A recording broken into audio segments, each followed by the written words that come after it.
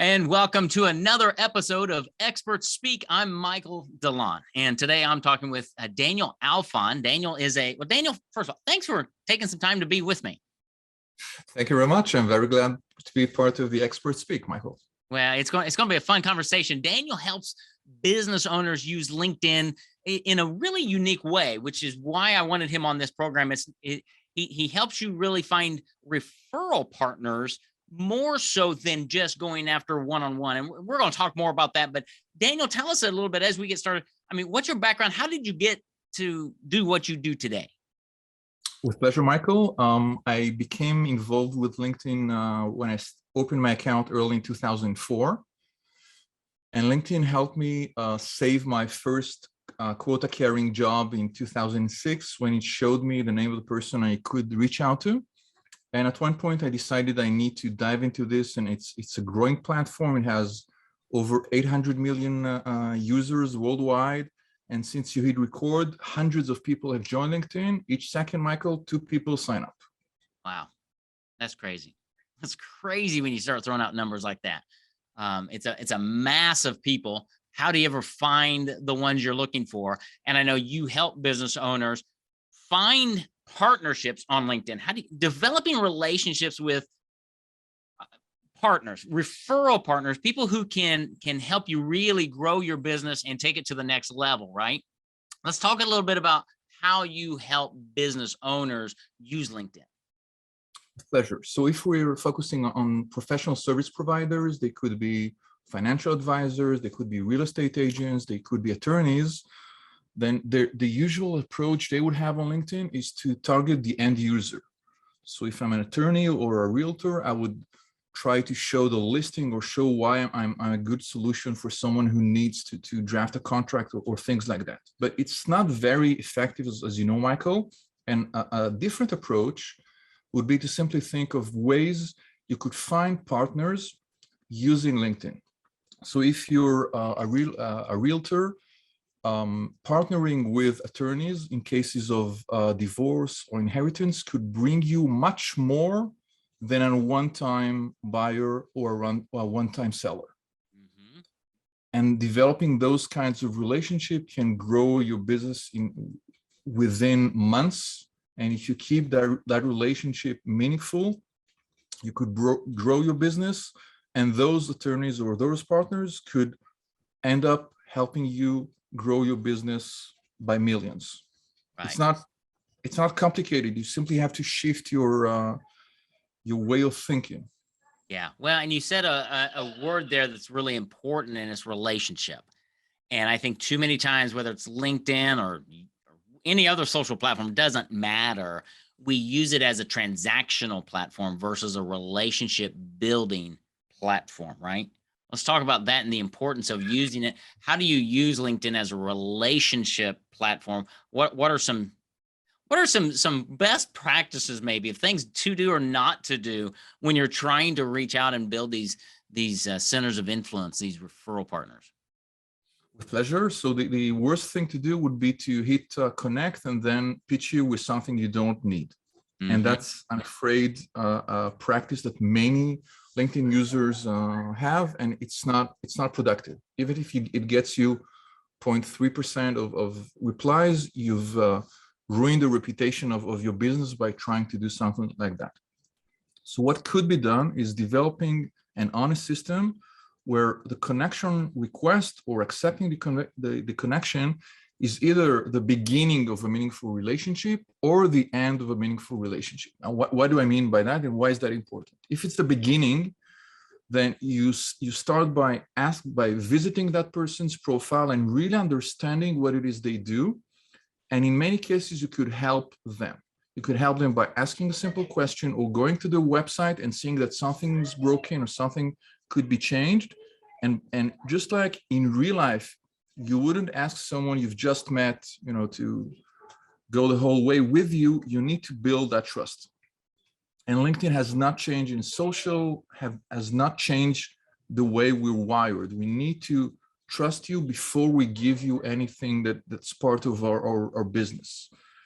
If you decide that the connection is the end of a process, Then once you get to know that person, that is the time you would send them the invitation request, and they would hit accept immediately because they recognize Michael DeLon with the person that has helped them build their authority. So even the timing is important, because when I see that you just connected with someone and I could ask you about them, then there are all sorts of answers.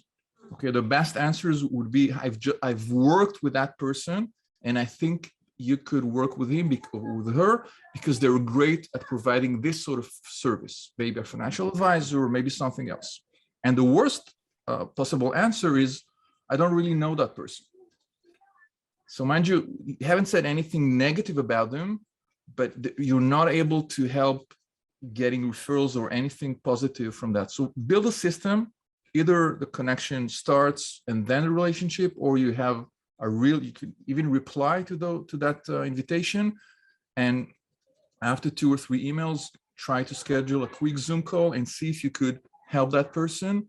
And when you help enough people, they would reach out to you, suggesting things that can help you grow your own business. Yeah, and that's good. That's I was in a networking group years and years ago called BNI, and their whole philosophy is givers gain. And that's really what you're talking about there, is helping people. Because, you go to somebody's profile, you read it, you go to their website. It's not unusual to find something on their website, their profile, that is misspelled, broken, a link or something. Everybody wants to know that. And that's a great way just to lead. Hey, Daniel, I was on your profile. Did you know that link's not working? Maybe it's my browser, but you should check it out anyway. Hope that helps. Who does that? And the thing is, you've already spent the time visiting that person's profile or going to the website. And you noticed, in some cases, you simply noted that a link was broken or something was not working there. So reaching out to that person would take you 30 seconds, 45 seconds, and you forget about it. And some of them will hit reply, and then you can start building that relationship. You don't do that in a transactional way, like you said, but if you do enough of those, then some of those people will try to start building a meaningful relationship with you in the long run. Right. And it's really much better. Well, I'd love for you to chime in. Here's my philosophy.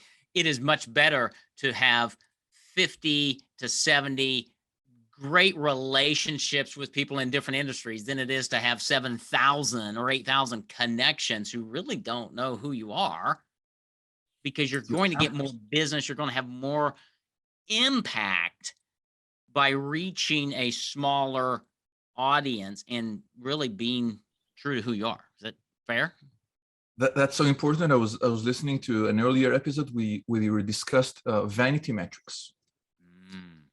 And vanity metrics is something that makes a lot of business owners, or a small and medium-sized business owners, look at LinkedIn and think that they need to get to some LinkedIn metrics, like a gazillion connections or views or likes or whatever.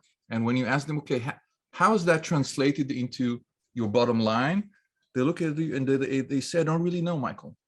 Yes. And that doesn't make sense, because the metrics that matter to you or to your audience are real life metrics. And LinkedIn is great in the top of the funnel.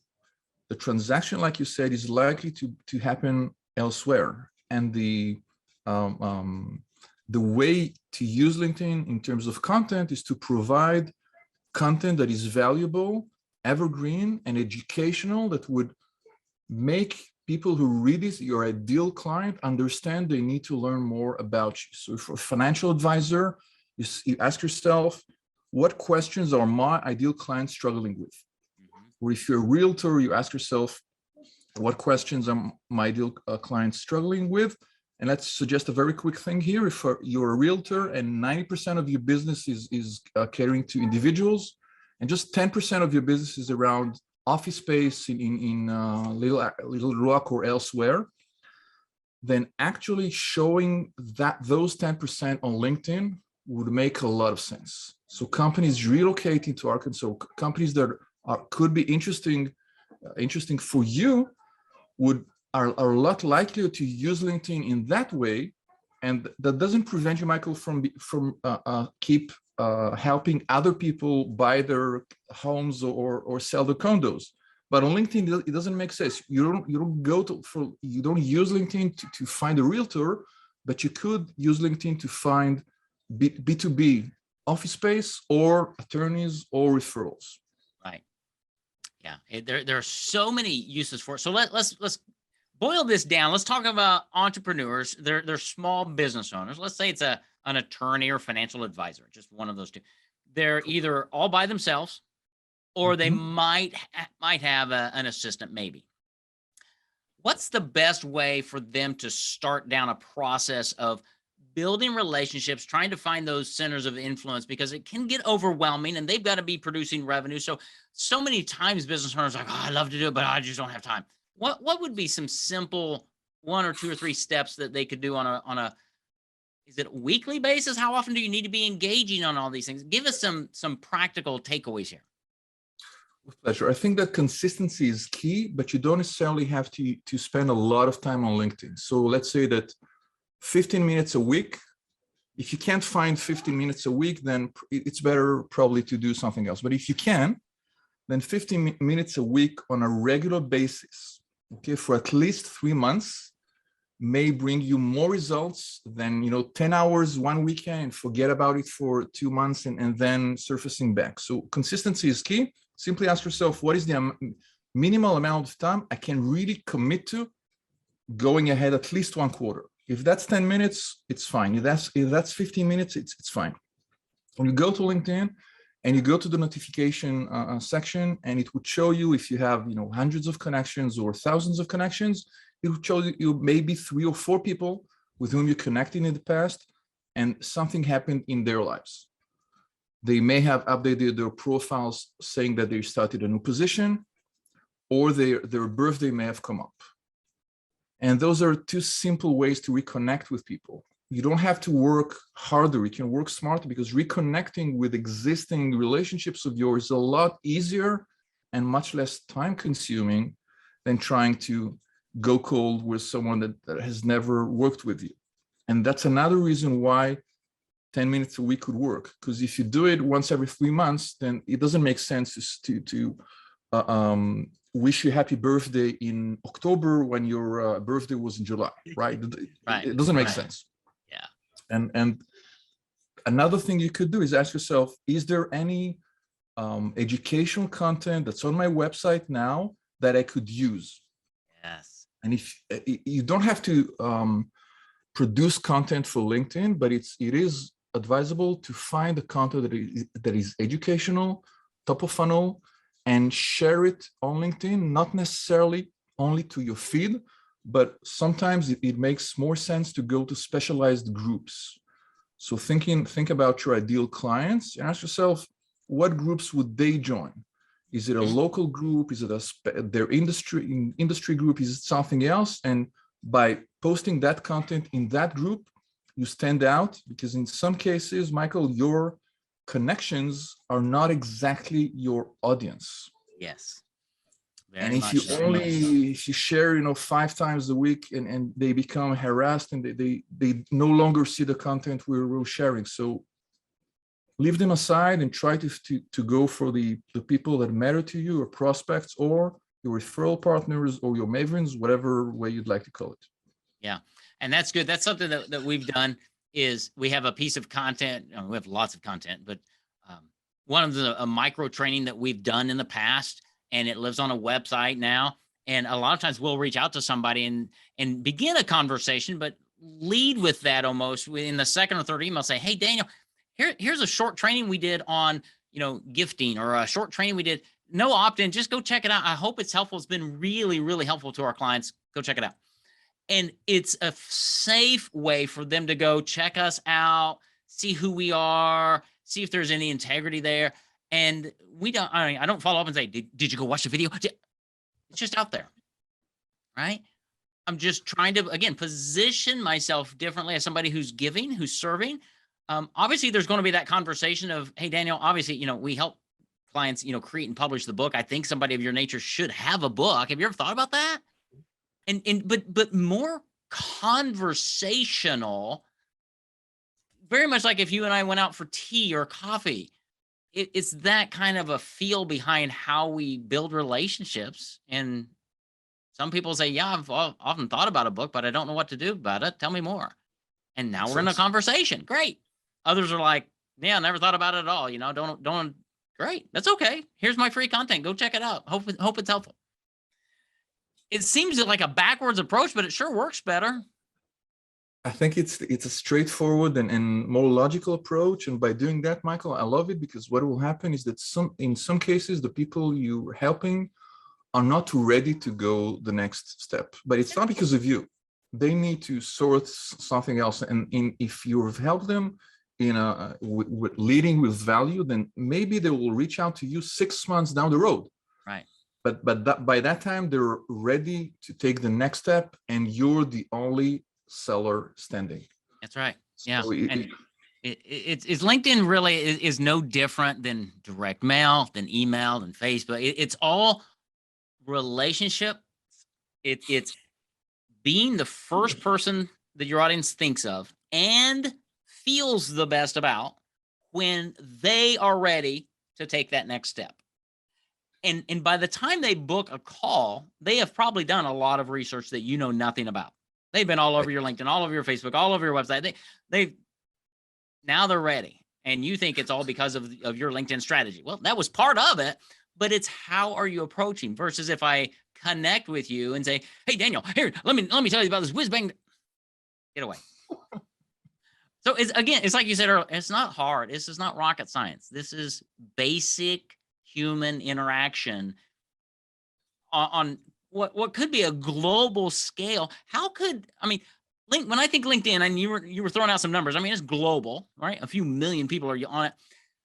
What about a local financial advisor? Mm-hmm. How can they use LinkedIn in a local market? Let's say everybody, within 50 miles, that they just want to go 50 miles from their location. Is that still a great way to do it? Are there ways for them to use LinkedIn? Well, the best kept secret in town is advanced searches on LinkedIn, because you could type your metro area and you could look for specific professions 50 miles around Boston, Massachusetts, or around San Francisco Bay, whatever works for you. And by entering keywords and refining the location, the sweet spot is getting to anything from, say, 200 to 800 results. Mm-hmm. And when you look at them, you say, yes, those represent exactly my ideal client in terms of geography, but also in terms of position, seniority, and other keywords. If you have more than that, you can probably try to use more keywords. And if you have only 20 and they look great, it's fine, but you're probably leaving a lot of money on the table. So try to go for hundreds. And then what you could do, based on your connection strategy, hoping you have one, you can also focus on the second level degrees. And that means you share a mutual connections with those people. And the best way to do it, obviously, Michael, is to leave LinkedIn. Because if we were having that tea and I would tell you about someone interesting, then you would not go to LinkedIn and send me a message. You would simply ask me, would you feel comfortable making the introduction? Because that sounds like an interesting prospect. And I think having that conversation off LinkedIn makes a lot of sense. As much as I love LinkedIn, LinkedIn has provided us with the name of the prospect and your name. You're the most important person there because you're the mutual connection. If I know you, that enables me to communicate with you and ask how you've been. And then at one point say, I've noticed I was looking at that specific area, and I noticed that you were connected with Jane Doe. Jane Doe represents someone I would like to speak with. Do you know her well enough to make the introduction? Mm-hmm. And guess what? If they say yes, that means you get the attention thanks to your name. Okay, the attention is thanks to the person that has made the introduction, and that could bring you significant business in the long term. Yes, yeah, and another great way to get referrals is actually to turn that formula upside down and to give referrals. So you go to those connections and you look at their profiles and you think, who do I know that might be a good connection for Daniel? And then you do some research, and then you just reach out and say, Daniel, I think you need to talk to John. And John, here's Daniel, and here's what he does. I think the two of you should at least talk. I don't know if you'll ever do any business, but you need to make that connection, because I think the two of you could really do some really cool things together. I'm just going to leave it at that, and you guys go take care of it, right? And then I'm off. What'd that take? 30 seconds. It took a little bit of thought, but it's that whole, number one, it should come out of a heart of service. But it's that law of reciprocity that if I do that a couple of times for you, you're going to be sitting there going, man, I like Michael's always connect. Who do I know that Michael, right? And then it makes that conversation a little bit easier. But we should always be about giving and saying, who do I know in my network that I can connect you with? I'm not saying they're going to be a client. I don't know, but they might know somebody who could become a client, right? It's really about building those connections in your own little network where people understand. And I tell people this, Daniel, in my sales conversations, it's like, Daniel, I want to do three things. I want to solve a problem you're having right now. If we can do that on the call, great. Let's get it done. If I know somebody in my network who can help you and I can't, I want to connect you with that person, right? Because I might not be the right person. If I've got something I can help you with, I'll present it to you, and we'll talk about if that's a good fit. But that's kind of what I want to do on our sales call, because I've got a network of people, and I do something that's really unique and really valuable and really good, but it's not a good fit for everybody. So if I can take a prospect and say, let's just get rid of all the barriers and walls. I'm here to help in one of three ways. How do I? It just makes everybody go, oh, okay, well, let's talk. That's all I want to do anyway, because I'm not here to sell you anything. I'm here to see how I can help you. And sometimes it's by joining one of my programs, and many times it's by me connecting you with somebody else. So it's that heart of service, what you've been talking about this whole time, I think, right? Yeah, I'd like to repeat the question you asked because it's a powerful question. Who do I know that could help that person? And it's a very powerful question. And the truth is, when you get used to it, then you no longer need to scout people or content, because if I know that that's the question I'm asking, then the universe will show me content and people and experts and articles. And if your philosophy is one of abundance, then you can make those people succeed. Yep. And some of them will get back to you and thank you, and some of them will get back to you and try to help you out. And that means you only need to ask yourself that question and shoot it out for them to decide whether that's a good connection, and then you're gold. It's a very powerful question. You're good to go. That's right. So be asking yourself, who could I connect somebody with today? Now, Daniel, what as business owners are listening to this, some of them are probably intrigued. How can they get a hold of you? What are some of the things? How do you help business owners? What are some of the programs or things that you do with business owners to help? With pleasure, Michael. The programs I have on my website, that's danielalfon.com, include digital downloads and online courses and a one-on-one call. And very roughly, we go from profile optimization, connection optimization, content optimization, and lead generation. Very roughly in that order, because every business owner is unique, but generally it makes sense to start by optimizing your profile before you do anything else. And if your profile rocks, then we can go to the next stages. And I'd like to recommend that people actually check out your own LinkedIn profile, because that could help them understand how to optimize their profile. Not because they have to copy Michael DeLone's LinkedIn profile, because what they will see, the banner and the headline, will make them stop and say, hey, Michael doesn't say paperback expert CEO. He says, create your book without writing a word, #1 Amazon best-selling author, marketing strategies. Could I do that? Could I tweak my headline? So instead of saying CEO, SMB, anonymous, it would say, I help X achieve Y. And reading profiles would help you understand the way you can treat and optimize your own profile. Go check out Michael DeLone on LinkedIn. Thank you. I appreciate that. We've worked long and hard on that one. But it's another marketing tool, right? It goes back to message. Everything that I talk to my clients, whether it's in your book or whether it's on an email or a webinar, it's your message. It's what you say that either attracts people or repels them. And if somebody comes to your LinkedIn profile and it's blah, and they're like, what do you do? They're gone. But if they come and it's intriguing, now they're willing to stay. And if you've got content or whatever, or connect, it's just one more piece of the whole puzzle. So we've got in the show notes, Daniel, I've got your website. It's Daniel Alfon, ALFON, DanielAlfon.com. That's your website. And you've got all kinds of great content there that people can go and just start working down the process and the pathway of using LinkedIn, not only to reach individuals, you can do that, but Daniel's approach is really to help you reach those referral partners, and you do it all through relationship. And if you take nothing else out of this conversation, please take that. It is a relationship building platform.